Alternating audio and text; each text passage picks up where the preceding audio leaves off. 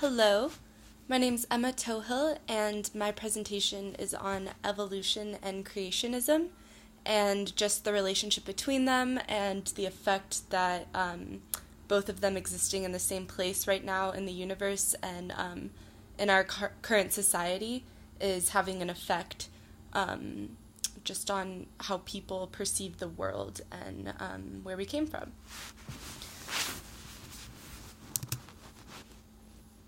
A long history of separation. One of the greatest divisions in history is the argument of an all-knowing, powerful deity, recognized by the name of God, being the creator of the universe. Creationism has been practiced and preached for centuries and is rarely argued with by faithful, devout individuals. In contrast, over time, there's been substantial evidence calling to evolution as the answer. Evolution, being the acclimation of organisms developing and evolving over time, directly opposes creationism. Many different interpretations of the universe's beginning have been hypothesized over time. For many scientific-minded individuals, creationism has not been sufficient logic for what has created life itself. The theory of creationism is often deemed ignorant, however, it is difficult to argue it as entirely fictitious when considering the aspect of faith.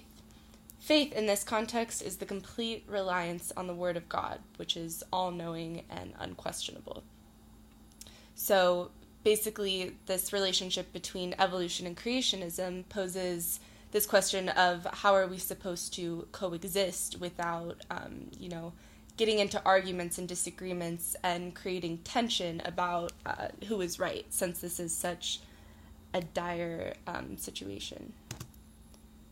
So who is God? Many have argued that the creation of our universe in its current state can be attributed to the creative and powerful hands of God. Historically, the term God has had many meanings. However, in this context, it refers to the almighty deity worshipped in the Christian and Catholic faiths. A plethora of arguments supporting these claims downplay evolution. It is valuable for either side of the argument to have a substantial understanding of scientific and religious aspects in order to have a comprehensive opinion on it. So fine-tuning of the universe is another controversial theory, being that everything transpires in an organized and connected manner. And a man named Vital Pipel criticizes the idea of a fine-tuned universe in a paper that he wrote. In his eyes, given that there is little to no likelihood that our universe and all of its happenings are perfectly lined up to fit all of life's deep complexities. Pilpel contemplates the impossibility of evil in this world with a seemingly benevolent, intentional God, also supporting his criticism of what is simply, in his eyes, a universe that cannot be fine-tuned. To conclude, he states that this perfect condition is in fact unachievable given the existence of evil, given that life is not perfect and therefore couldn't have been created by a proclaimed perfect deity. So social sciences. Mindsets vary so drastically among these respective groups, and disagreements can cause massive amounts of tension, especially in a political sphere, and especially in 2018, when the most current election has been very controversial, and especially in a religious aspect just throughout the past decade or so. Scientifically, a strong argument is the wide array of fossil-based evidence that supports evolution, and it's completely concrete. There's nothing uncertain about it. However, that's not always enough or the main priority for people who are arguing against it.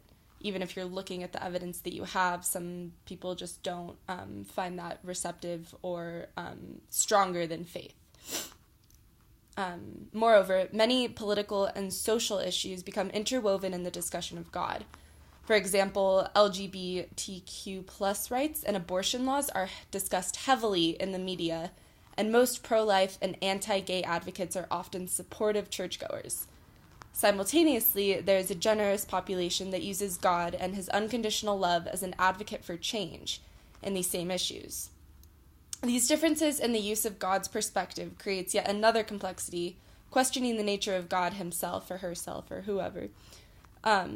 which further questions creationism since it is largely based on interpretation.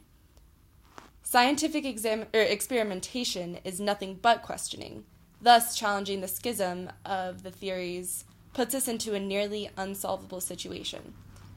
This impossibility leads to a question of the mediocrity of the universe. In either case, it is unclear how to determine this extremely heavy topic.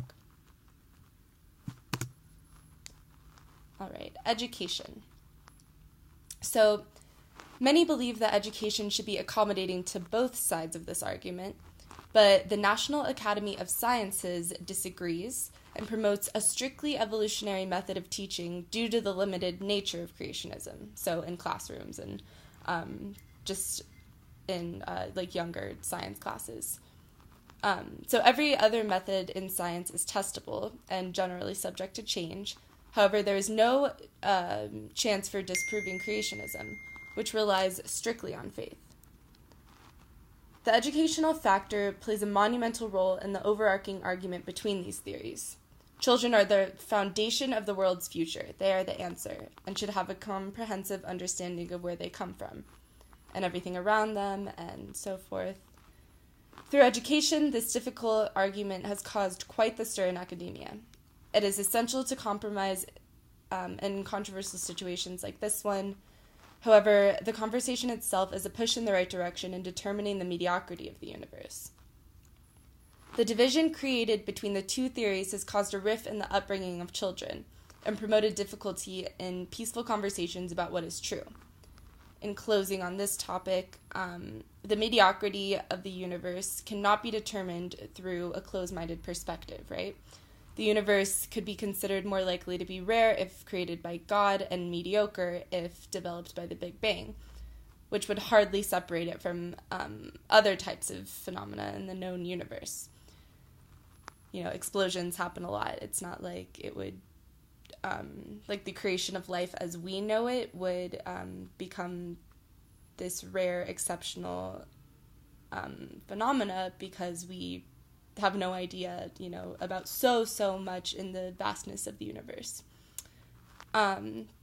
Anyways, the scientific nature of the universe's existence may very well seem bleak in relation to creationism, and vice versa.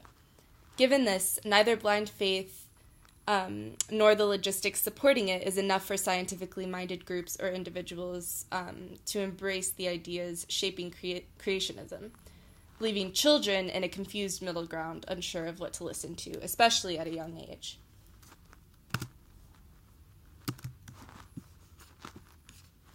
Okay, intelligent design. So a theory leaning towards the creationist mindset is intelligent design. This theory presents that the beginning and continuation of life is all attributed to intelligent living beings through intelligent cause, rather than through natural selection. Although it opposes evolution and encourages many creationist beliefs, intelligent design is considered unique amongst its creators and followers. Matt Young and Tanner Edness provide a strict critique of the newly developed modern creationism, as they called it, intelligent design. This theory essentially paints a more well-rounded and arguably truthful picture of creationism, by implementing certain scientific attributes and arguments such as methodical naturalism to legitimize a world and universe created by God. Young and Edness push strongly in opposition for the incorporation of intelligent design into educational curriculum. Both of them deem it an illegitimate mastery of ancient, unsupported religious mindset. Creationism is the groundwork for intelligent design, which is commonly sworn off to be false science. To Young and Edness, it seems to be cleverly crafted to appear more pleasing to those wishing to believe in a higher power, and yet are unable to due to the lack of evidence. Intelligent design is another catalyst pushing for implementation of creationism while avoiding the obvious apprehension from scientists and often many educators who oppose the idea of teaching children creationism in schools. Not God created the universe. Both sides contradict the mediocrity and uniqueness of one another, making it nearly impossible to conclude which is more precious or valuable. The reality of the whole situation is unclear and mysterious and, frankly, in need of someone to grasp it and firmly make a decision or leave it as open-ended and have that be acceptable in society. And that's a way where we can all come together and promote coexistence in or for this epidemic.